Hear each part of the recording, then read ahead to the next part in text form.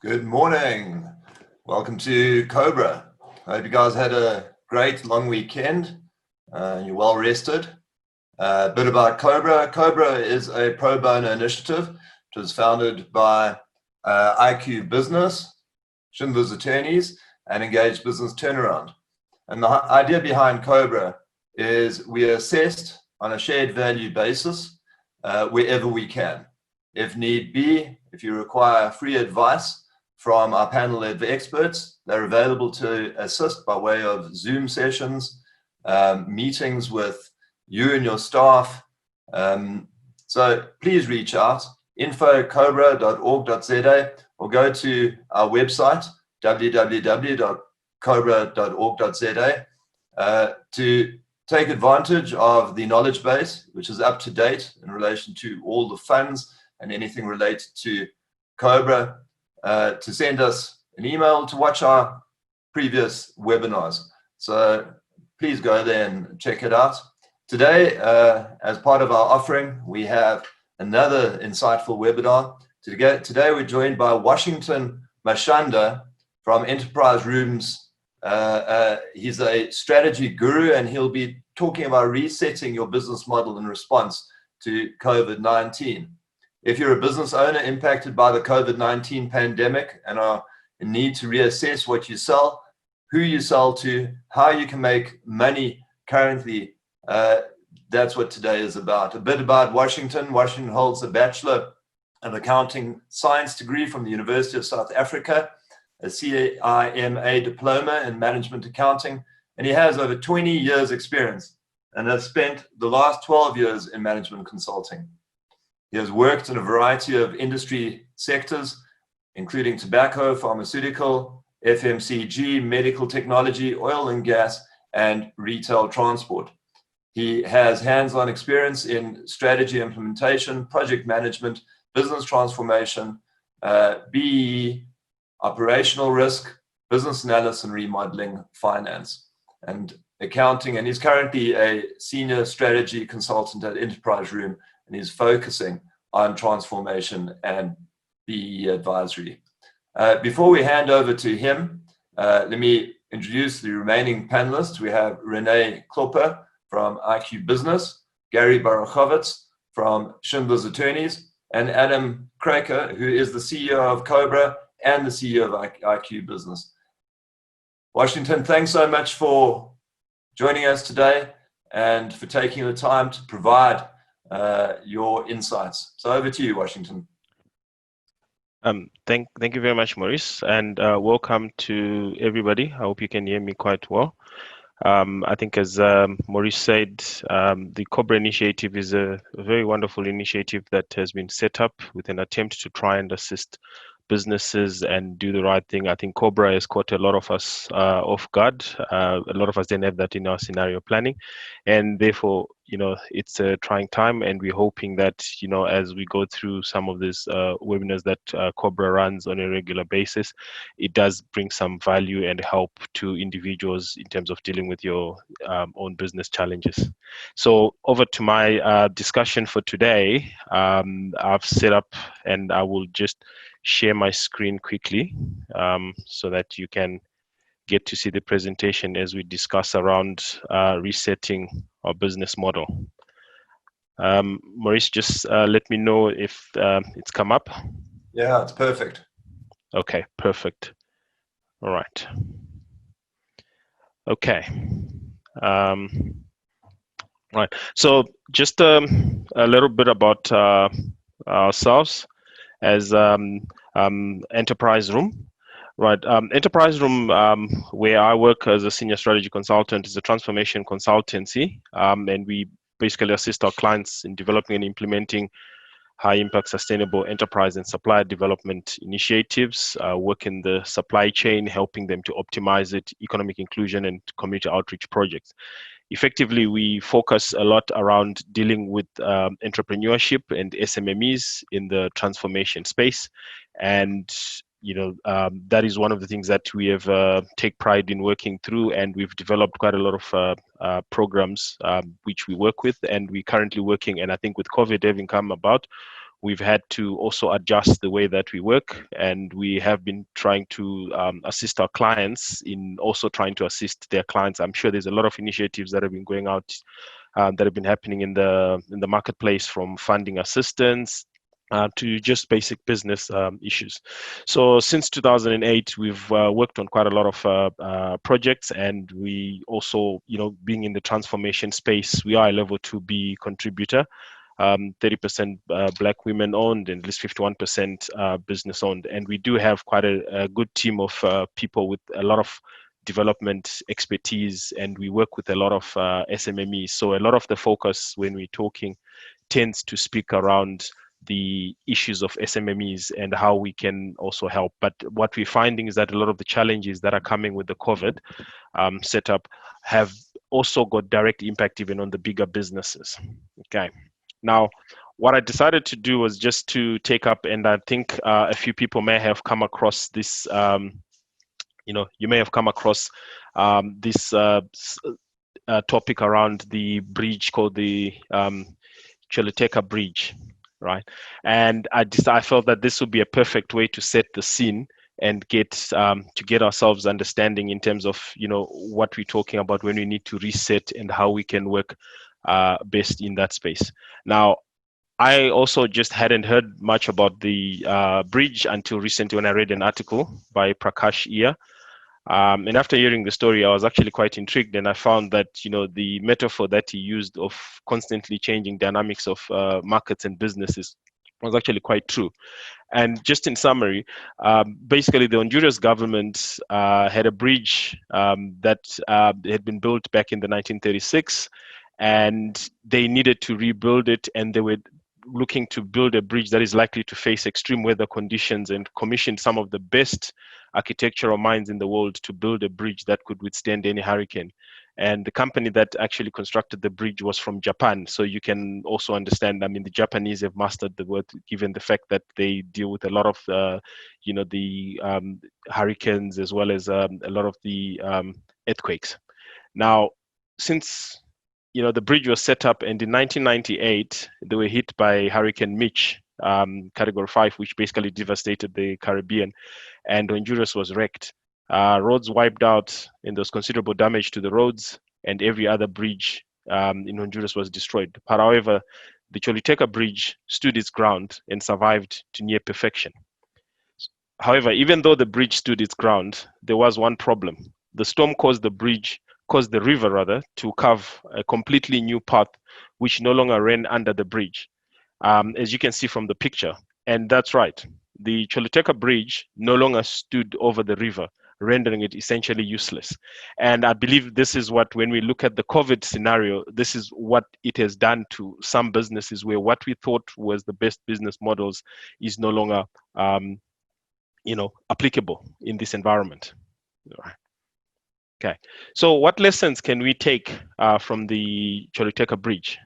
And I think we all clear as we sit in our different spaces, whether you run a small business, or whether you work, or you run, or you actually work for a company, is thinking about, so what is the new normal? What's the future going to look like? But I think one thing that has become clear is when you look at the Choliteka scenario, it demonstrates how even the simplest of assumptions about the state of the world, which in this case was the location of the river, may prove to be incorrect.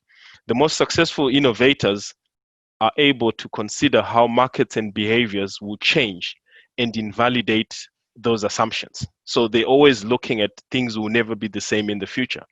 The world is changing in ways that we may have never imagined. The Choliteka Bridge is a brilliant metaphor for what can happen to us, what can happen to our careers, our businesses, our lives. As the world around us gets transformed, we need to adapt, to change, or else. Right. The challenge for us is that we get focused on creating the best solution to a given problem. We forget that the problem itself may change. And I'm sure amongst us, and we have had to deal with those, and it is quite real. I mean, in my other capacity, I run a small marketing and advertising or branding promotions business. And effectively, with the advent of the COVID-19, literally all events got cancelled. There was no more expos, no more conventions, and literally we were wiped out and we had to shut down because there was no business. All the clients just stopped. And that is one example, of where literally everything changed. And now we're trying to figure out what is the next step, what is going to be the new normal. So we are focused on building the strongest, most sophisticated product or service without thinking of the possibility that the need could vanish or the market could change. So in my case with a exhibition stand business, the need just vanished, and obviously the market is changing and we need to be able to adapt into that space. We focus on the bridge.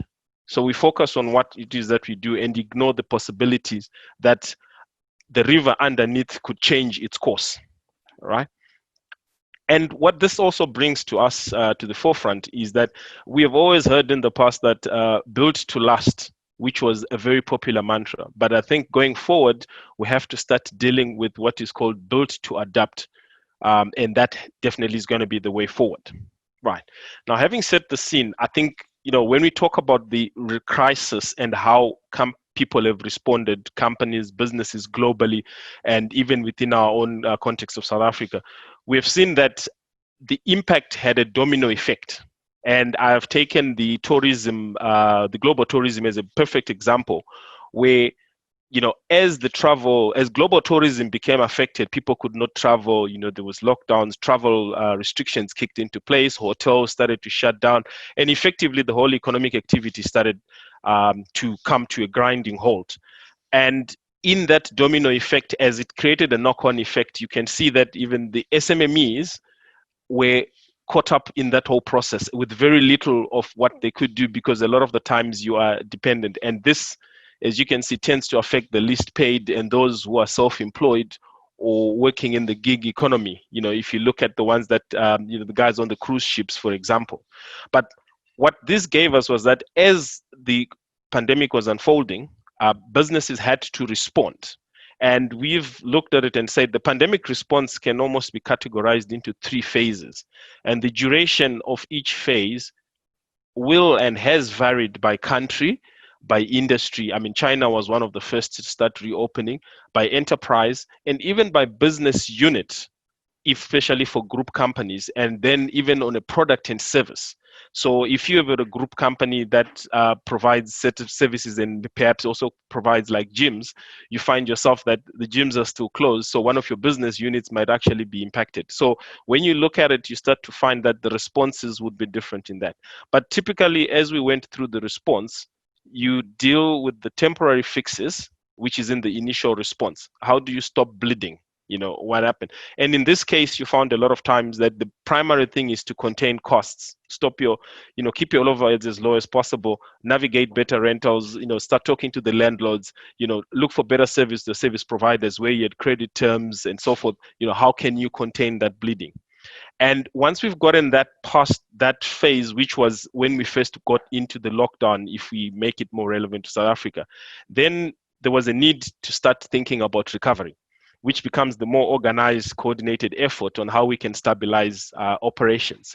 And a lot of this planning, some businesses would have started in front. And as we were going through the lockdown and anticipation, and we come down level 4, level 3, it starts to come in. And this is where it became very critical in terms of us then understanding how our business model is going to be impacted.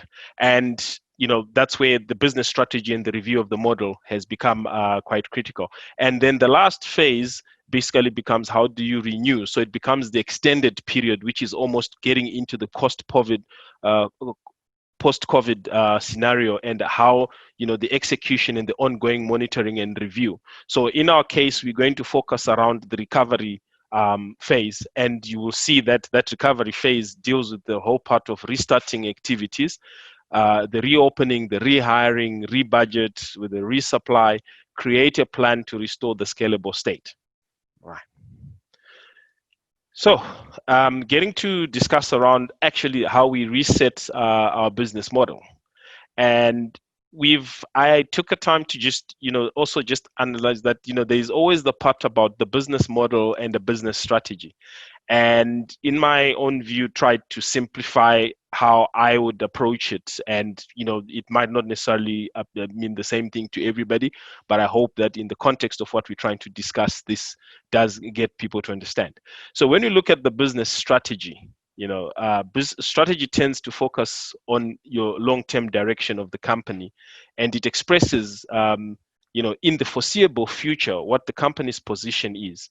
And there are different classifications of strategies. And generally, you can talk about corporate strategy, which is more about, at a sort of a group level.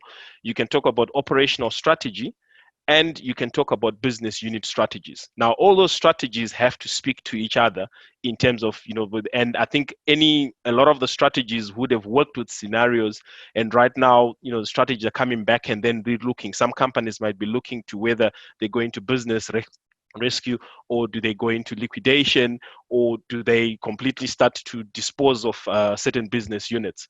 In the airline industry is one classic example where you can look at it. And then when we talk about a business model, we essentially talking about the blueprint of how the business will add value and make money in the existing market environment. So most business models, you can almost separate them into distinct parts around planning and manufacture, sales and marketing, revenue management.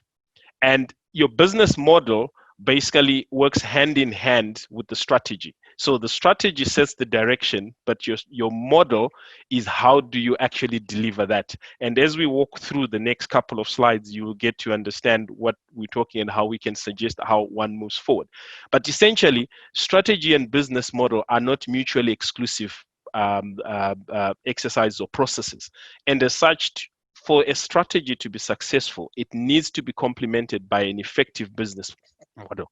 And I think that is very important. So as the guys in the strategy room sit and discuss, it's always important to understand, is our current model relevant to the strategy that we are now looking at? What do we need to do to our model? Or do we need to discard this model? Can we change it around, or do we need to discard it and come up with a new model?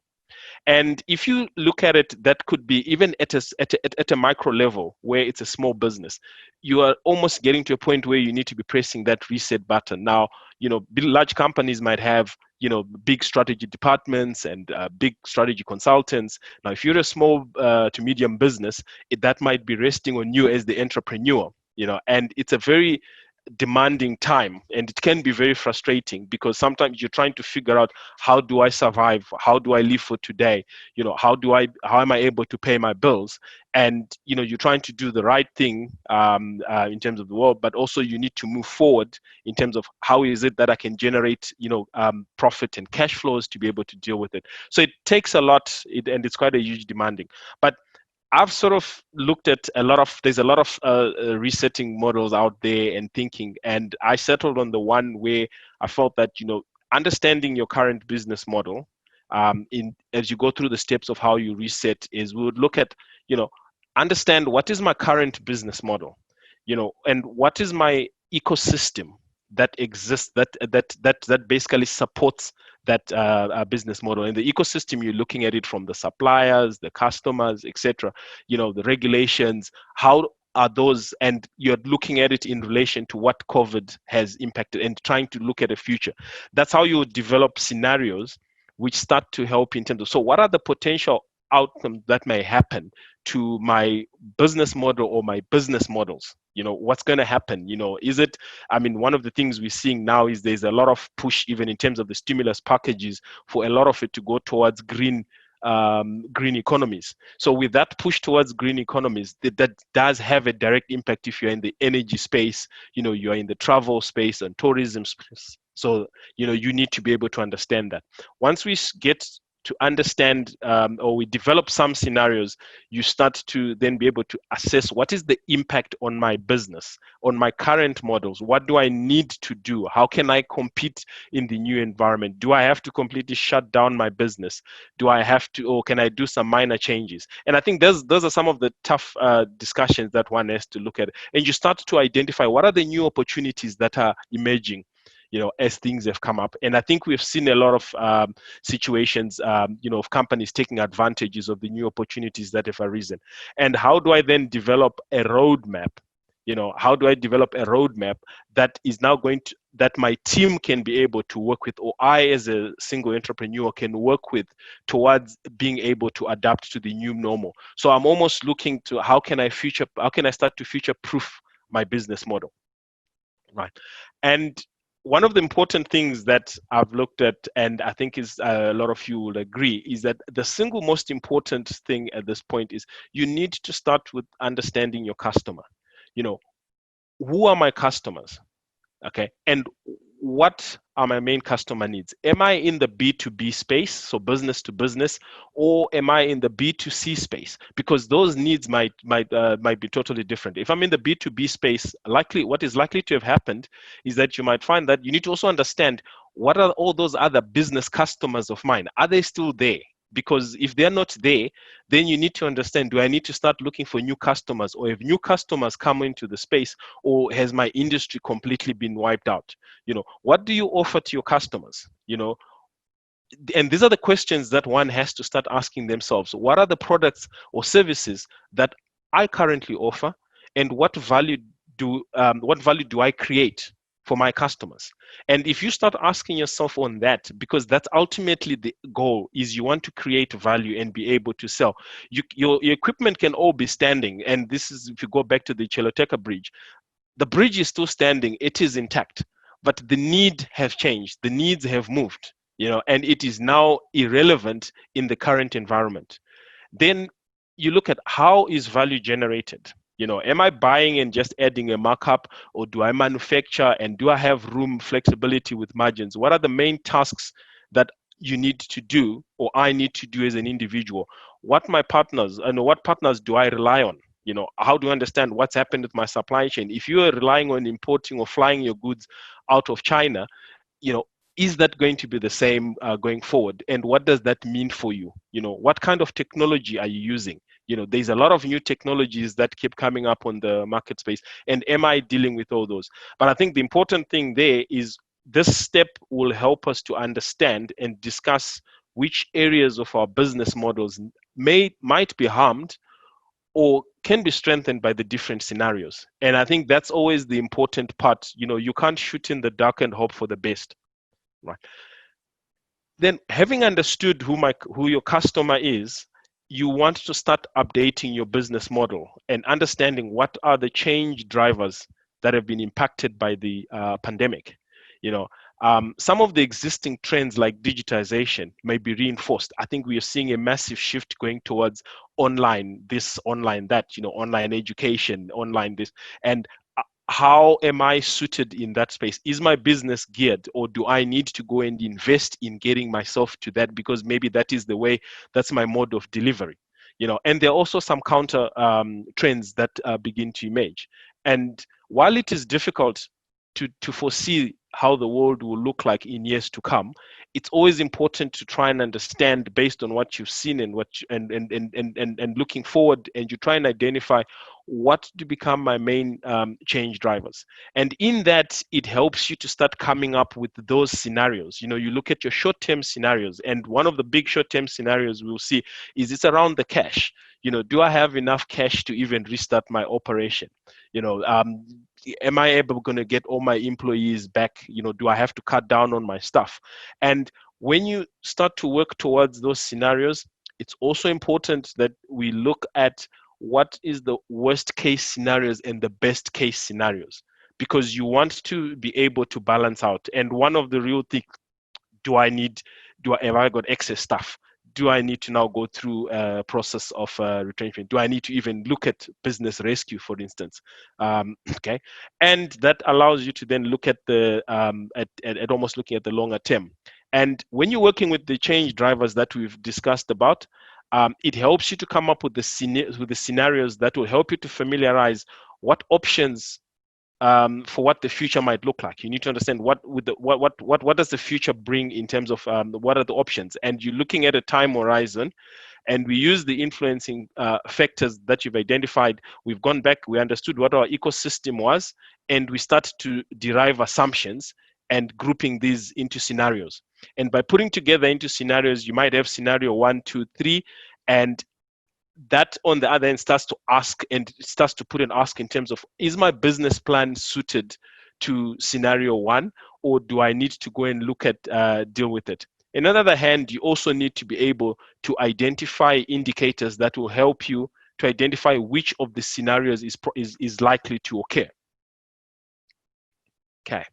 Now, once we've gotten to that point now, we need to start understanding, and we've spoken about everything. What we're doing is we're trying to assess our current model, because we need to be looking at whether we are ideally suited or we need to move forward. Now, with a couple of scenarios that you would have, you are able to then start looking at what are the most important scenarios. And these generally, like we said before, you need to look at what is your worst case scenario that may happen and what is the best case scenario. And in this case, I could say for an average business, the worst case scenario is that there is no business at all. And the best case scenario is that business is you continue business as usual, which might exist for a few businesses, but for a lot of businesses, we have to obviously change in that space. Now, when you need to be able to analyze what that would mean for each of the dimensions of your business model. You know, what customer segments will gain or lose? Because as you reassess, you might find that maybe there's a new breed of or a new category of customers that is actually emerging. You know, what are the scenario, how the scenario impacts the key partners that I need in my supply chain. Now, again, your model might be one where, you know, you go and buy from a wholesaler, and then you would distribute down into, say, the spaza market. You need to be able to understand, are my wholesalers still up and standing, and are they able to continue holding the kind of stock that they're holding? So it's important that in as much as you're looking at yourself, in that ecosystem map, you need to understand where the other change drivers would come from. You know, you need to look at it, because you can have a perfect business model, but it's not going to be implementable because suddenly your main supplier of a particular product has just closed shop. All right. Now, understanding and analyzing the impact on your model, this will help in deciding if the business model is viable in this scenario or if it requires adaptations. And as you're looking at your business model and understanding what is happening around you, you start to identify, and when you use the scenarios, you're able to identify new opportunities. And you use the scenarios and the ecosystem map to identify new scenarios. What new opportunities are coming in? Is there new, I mean, if you look at, we take a good example where a lot of the car manufacturers started to produce face masks. You know, the alcohol companies, and some of the some of the cosmetic companies moved into hand sanitizers. You know, the companies that had 3D machines started to move towards printing, you know, the 3D masks, the rest, and you had a lot of the automakers also moving into making respirators. So you start to identify what are those new, but the new opportunities sometimes may be temporary, but they can also be long term. Right, and when you're looking at those new those opportunities, you use the scenario, you focus on the change drivers that lead to a new or changing customer need, and that's where you understand what of my current skill set, what is it that I can do, and as well as with my resources, what can I be able to work with to create new offerings that will build new models around it. So as you're walking through this entire journey, it's always, you know, you're keeping on, you have to keep scanning and looking at it to say, what is it that I can do with what I have? Or do I need to completely discard this and move on to something new? Now, once you've gotten to the point where you've done that critical analysis and you've understood where your business model set, you start to look at now that vision for your company. And the vision for your company is directly, again, going back to what I said at the beginning, that it's linked to your strategy. All right. So you are reassessing to say, based on issues that we're looking at, we determine the vision for your company in the post COVID-19 world with the aid of the current business model analysis and the opportunities for new business models. Now, you can build on your purpose and mission statement, project your time horizon into the future, focus on the success to describe in the present tense what you have to achieve in this time. Again, strategy looks at the long-term journey. The business model delivers against that strategy. Right? And this vision will help you. So once you start putting together the vision, it helps you to communicate with your team, your partners, and your customers. Because some of your customers, if you're, say, in the B2B space, the same way that you are worried whether your supplier has closed shop, that chain is also relevant. The other suppliers are also looking to say, hey, let me hear, is my your customer is waiting to hear, is my supplier still up for business? So if you are changing your vision, make sure that you don't only communicate to your team and to your other partners or stakeholders, but your biggest customers as well. You need to get back to the customers so that they know that there is an opportunity for them to continue to interact with yourself. And by communicating and sharing your vision, it will help to navigate yourself and your stakeholders in the desired direction. Because again, this is where, in any business, big or small, COVID-19 is going to bring with itself change management, and some rigorous change management is necessary to come in. And once we've got that, we now look at the final step in the 7-step process, is we build a roadmap for future procedures. And in here, this is where you are now starting to understand that now that we've agreed on the models, or we've looked at the new models, we've looked at a vision, who is responsible for which areas?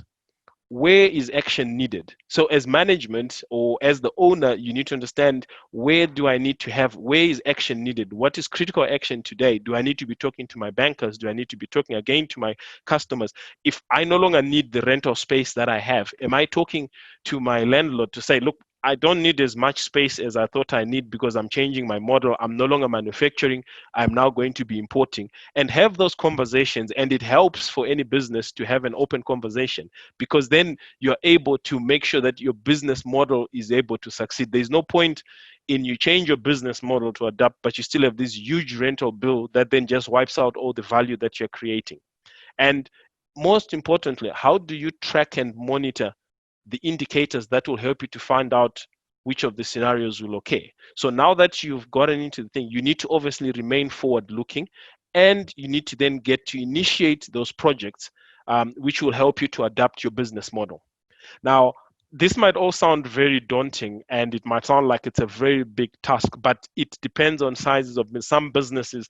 It may be, a month, 2-month process. For a lot of the smaller businesses, this could be just a quick process of running through and scanning to understand, where am I, what do I need to do, how do I go?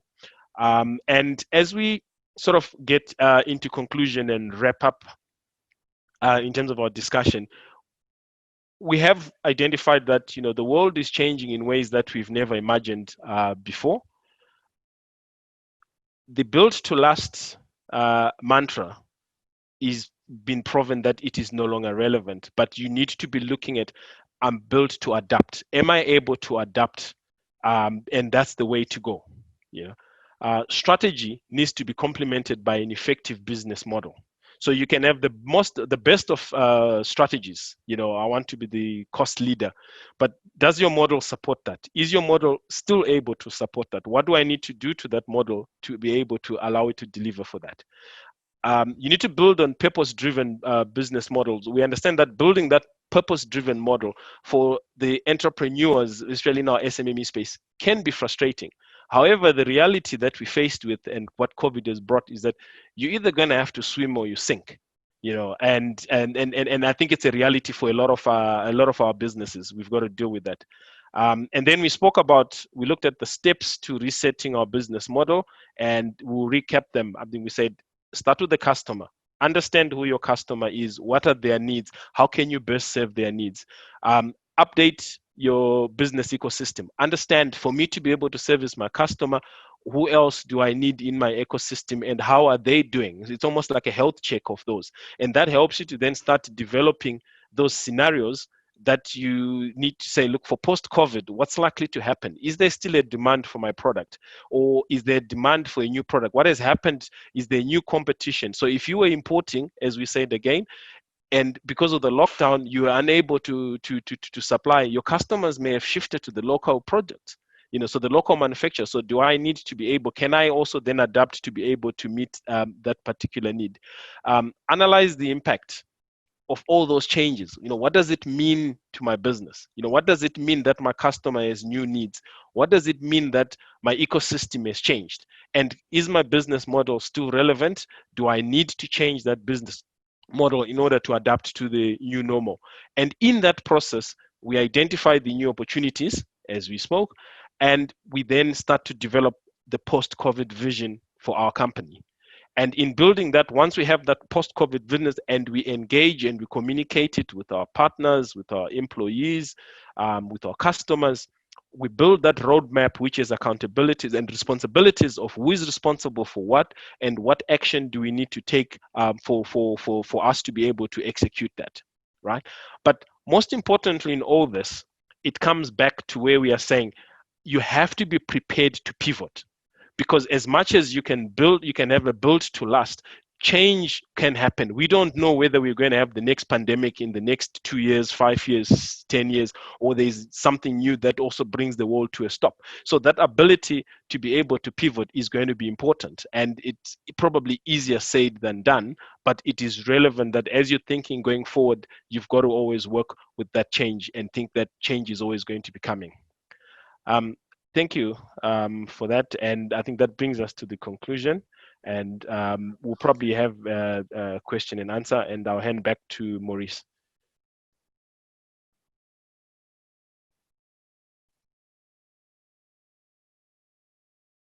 Brilliant. Hi, Thanks Maurice. so much. I see there's a comment here by Willem who says, you know, what you're suggesting for the post-COVID era is a valuable approach, but surely you should also consider it for normal times. That's very true. That's very true. I think where we're going, and thanks, Willem, for that. I think where we are going is if you look at a lot of opportunities where or a lot of companies, we're dealing with scenario planning. And I think very few, I might be wrong, but I think very few companies in their scenario plans would have had COVID, or where the world basically all came to a standstill. And therefore, you're absolutely right that, you know, as we look at it, I think we'd become complacent. Again, if we take the lessons from the bridge, where we've built the bridge, it's very resilient, any storm can come in, and then that massive change comes. So yes, definitely, I agree with you. It's going to be, I think that's just going to be the way of doing business going forward. Thanks. I have a question. Washington, you say update the ecosystem. Yes. You talk of change, but what I want to tackle is the question of social responsibility. And, yes. You know, I would imagine that companies have a greater burden when it comes to social responsibility because this is a no-fault event. Now, Yes.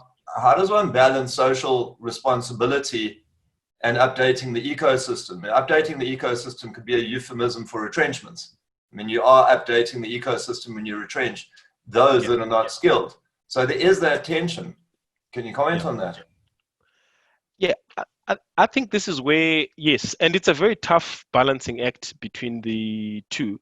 But if you look at, let's take, for instance, you know, where any business that you're going to have to go through, I think regardless of whether there's been a pandemic or not, is that you need to deal with, you know, if you're going to have to downsize your staff, I think what's also important, and from a social responsibility, is we need to then start looking at what can I do and what other initiatives out there exist that can assist me in terms of how can I help my employees that I'm going to lay off. I think we at Enterprise Room, for example, have been dealing, and we have a solution which and a program that we talk about, which is from employee to entrepreneur. And you know, that has been designed to help parties also, you know, where they're going through the retrench. So look, let's understand what is it that my employees are able to do, and is there some way or something that I can do to be able to help them to cushion the blow. So that balancing act is always going to be important, but I think it's also important for you to also be engaging with what's happening. In some cases, you will find that it might be a temporary layback where I can only operate at 20% of my capacity, and I am hoping that I will then be able to then build on my capacity to get up to there. But also with the social responsibility, I think with the COVID, we have seen it where a lot of the businesses have come together in terms of supporting. You know, I think the Solidarity Fund was also an interesting scenario where businesses came in to try and support, in as much as you're dealing with a situation where, you know, companies are battling to be able to pay their rent, to pay their staff. So it's quite important that, one looks at, what support also exists there, but what is it that I can do? And again, it's also a lesson going forward that, as an employee, you can't be stuck onto one skill set. You need to keep your mind open as well for what the future may lie. And as a business, I need to think about that. How can I upskill my employees when I have the chance, so that going forward, it makes life easier for them to either transition, because you're seeing that a lot of the growth is going to be coming from where, even globally, we look at it, that SMMEs are going to be the key part in terms of the growth. So I think it also opens us up not to be scared and become career employees as well. We have a question here by Adam. Great presentation, Washington. I agree. Do you think business leaders are hoping that the crisis will pass and they can avoid the need for change? I think it'll be a very dangerous belief, or thought. I don't think it's ever going to be business as usual going forward, and that change is definitely coming. And I think you're starting to see, it's classic that, like we said, that a lot of your innovators, are willing to be daring and try and challenge the future of where they go. So any business leader that sits there and believes that, there is not going to be change, they are actually going to get swept by this storm, because now you're going to find that there's a lot of new different thinking. We've been talking a lot about tech companies and how all these tech developments have been changing the way things happen. And, we can think about how the Ubers came and revolutionized the transport, or the Airbnbs came and revolutionized that. So if you're any business, I'm not so sure, well, maybe if you're an Elon Musk or something, but I think any business leader who sits and thinks that there's not going to be change is very dangerous. It's actually dangerous. And any board that actually, allows or believes in that is probably being irresponsible in executing their own duties. That would be my view. No, absolutely. Look at what happened to Kodak. They invented the digital camera and then just left it alone. And in effect, by not accepting change, they destroyed their company. Just on, you're talking, before I get to another question, you're talking around contingencies to be put in place, and the one you spoke of is reskilling. It's important that the staff have the ability to pivot their own skills, which I guess you could call preemptive reskilling. What other contingencies can you think of that one can put in place in case there's another act of God? Also mindful of the fact that you don't know which department it would hit. You have, an act of God just comes from out of nowhere. So what contingencies does one put in place, not knowing which department? That's how opaque the change can be when it comes to acts of God. No, indeed. Well, look, I come more from an accounting background. So, when you talk about contingencies, we always think about, how can I add some fat, to the numbers for, say for that rainy day, which, in this case might not necessarily be valid. I think the contingency, it's more about how often does a business, how are you constantly updating and keeping a lookout on your environment and your business versus your competitors.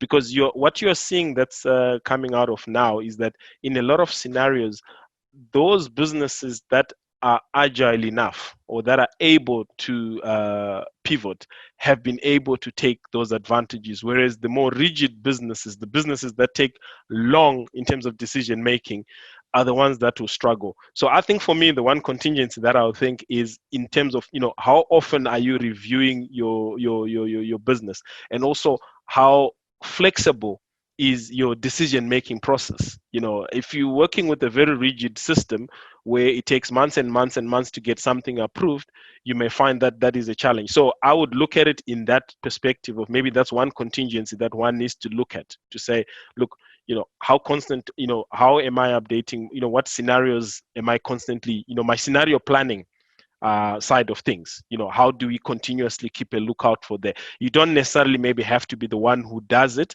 but there is people and businesses out there that perhaps can be of service. How do I stay in touch with those to know? Because if you look at it now, we are venturing into the unknown.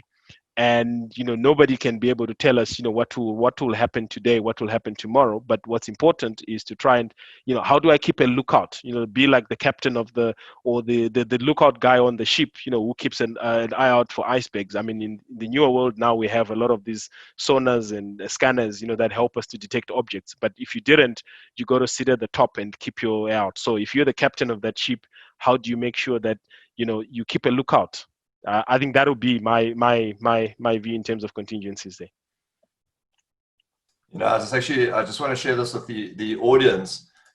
When it comes to planning, there's this Japanese airline, and I'll show you this video. It's actually quite unbelievable. The video was posted on the 13th of December, so before COVID. So we have an airline that is coming up with a contingency. Now watch this. いらっしゃいませ。おはようございます。アバターインストアへようこそ。今日はどういったものをお探しでしょうか。ではですね、こちらのタイのですね、お茶漬けなんかいかがでしょうか。とてもおすすめです。九右衛門のですね、丸山王居とのコラボとなっております。Imagine a person receiving cancer treatment in a hospital, or an elderly person who can no longer easily leave their homes. This technology will now allow them to continue to participate in society equally just as everyone else does. 何かおすすめありますか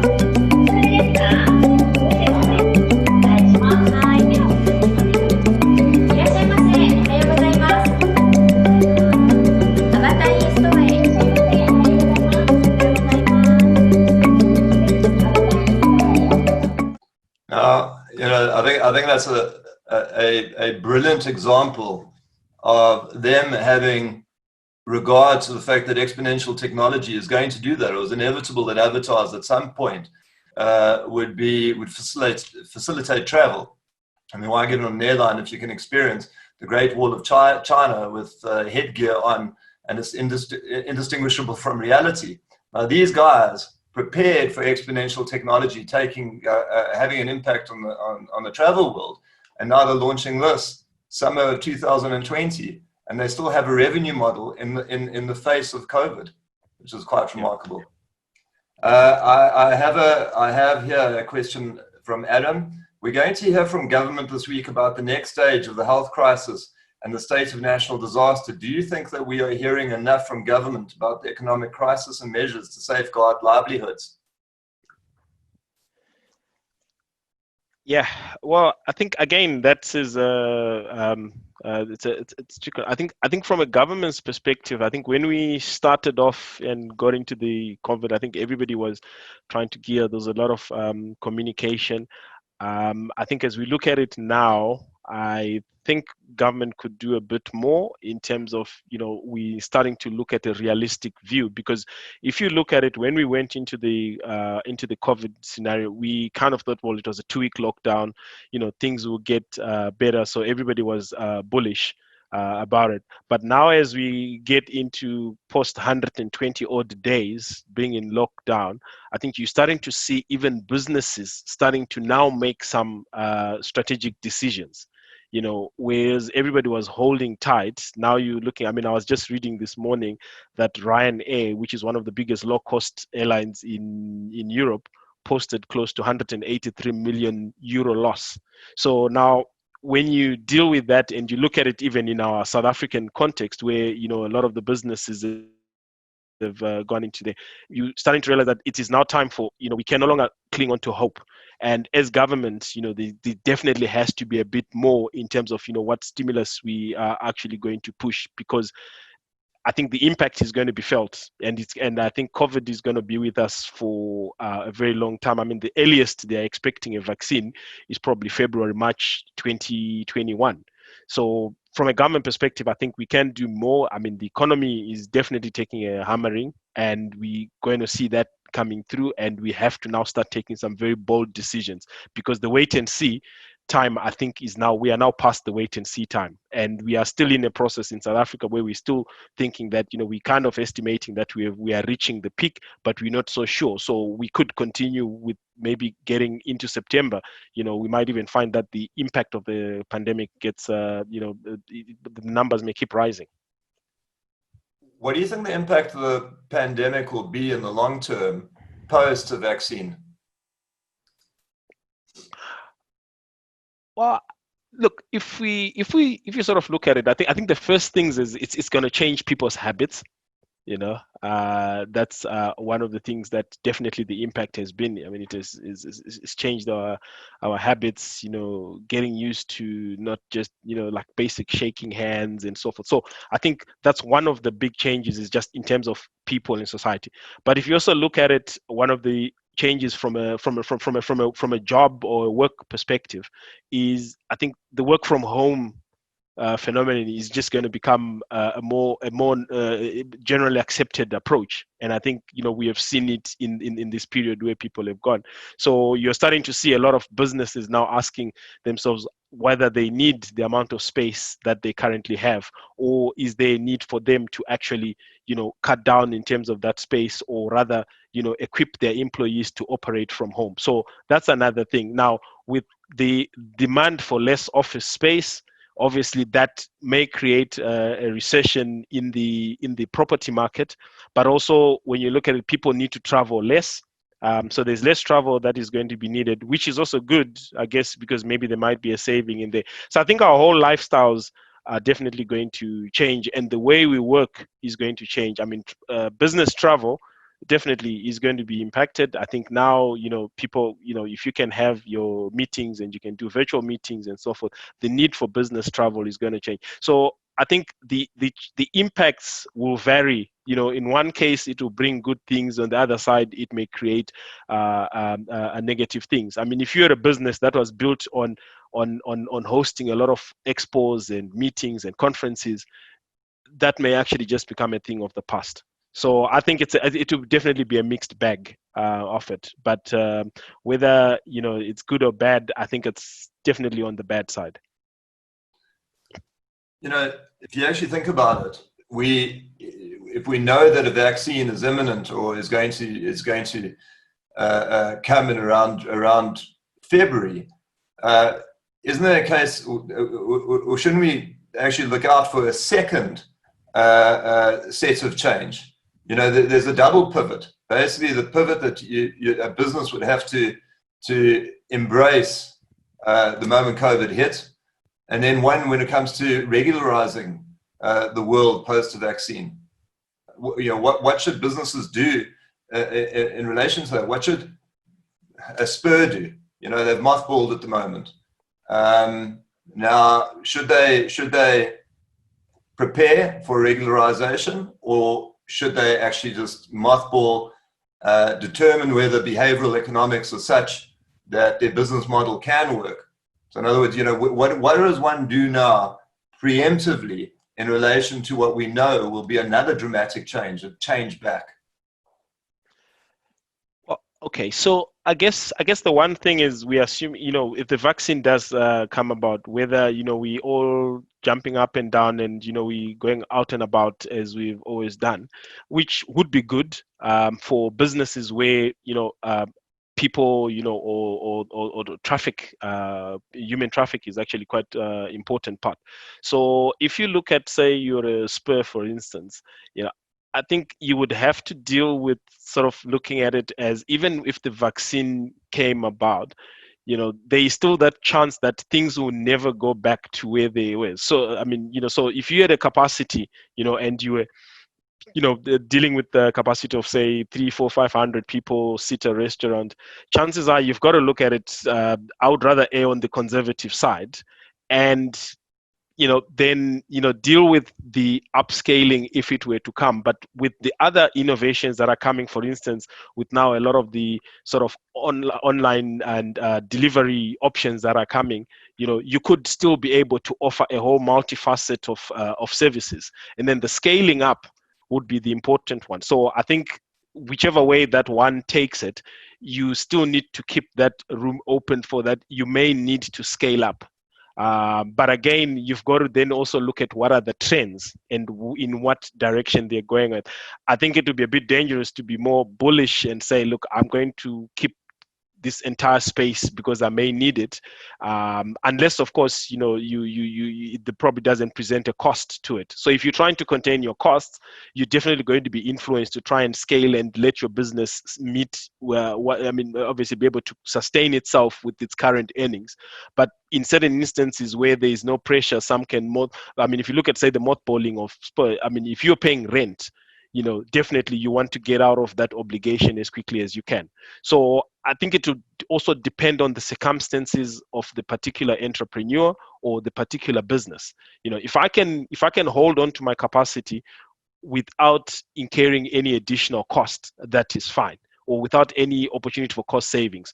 But if I can definitely get some cost saving opportunities out of that in the current term, I will go with that, and scale down, and then work with the system as the economy, if the economy does get back and you get the same level of activity. Thanks for that. We got time just for one more question. We got one from Willem. Thanks, Willem.